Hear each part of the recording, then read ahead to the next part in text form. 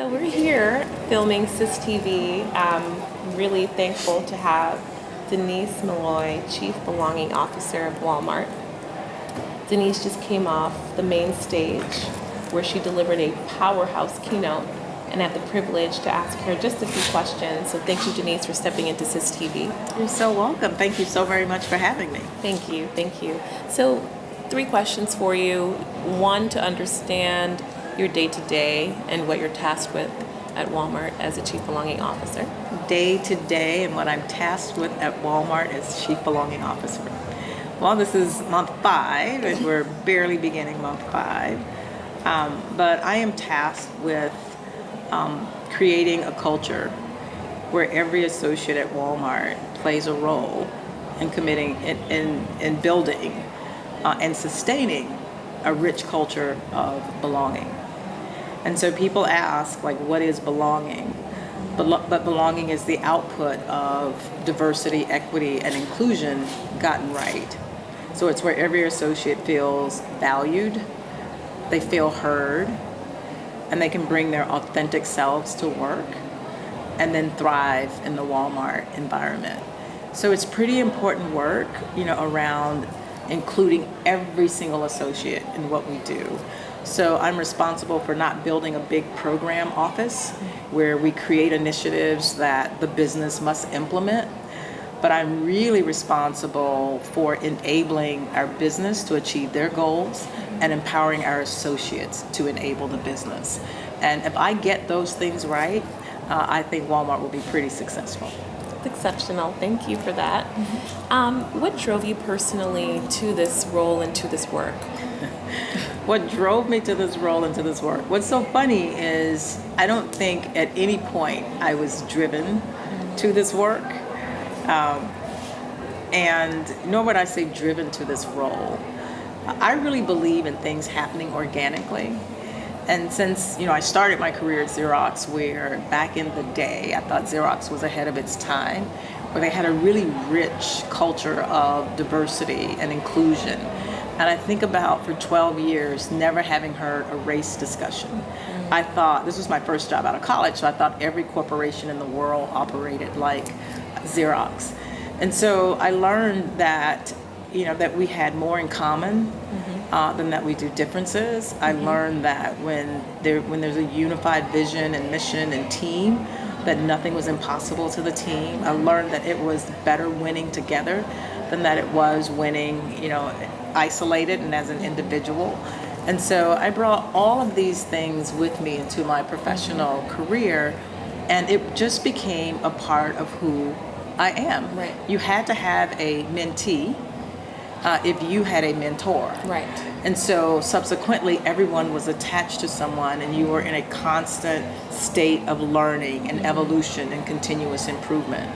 And so having brought that with me into every single aspect of my career, I found myself as an advocate. I found myself as an ally. I found myself as a mentor and a sponsor every place I've ever gone and in everything I've ever done.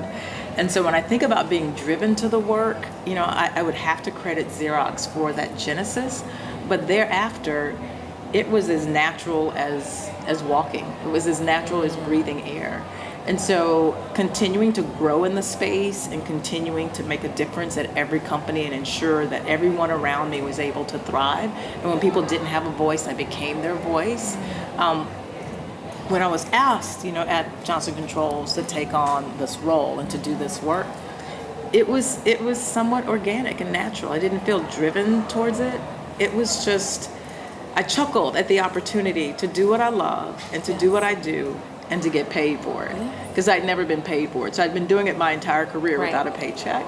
But I did have a point of view about the work. I had a point of view about the things that I saw work. I had a point of view about the things that I thought people might want to consider implementing. I had a point of view of how I thought the work could be more inclusive and ultimately more impactful. And so I was able to bring that, to the role. I think as a follow-up to that question, you mentioned transitioning into a role where you would be paid for and would be actually your full-time passion, full-time career, which is incredible. I think that our community would want to know best practices for that types of transition, especially those of us that are in sales? Oh God. So I would just tell you that in sales, you have the opportunity to meet a lot of different people from a number of different walks of life. I met people from all races, all ages, all sexual orientations. I met people from every socioeconomic makeup and background. And subsequently, I just did people. I loved people. I loved all aspects of people. And that's what you have to do to be in sales. Not only did I love people, but I sought to understand the psychology of people, what makes people buy, what makes people connect. And so since my career was in sales, which means all things people, because people buy from people, people don't buy from companies, so there were some lessons that I learned early on.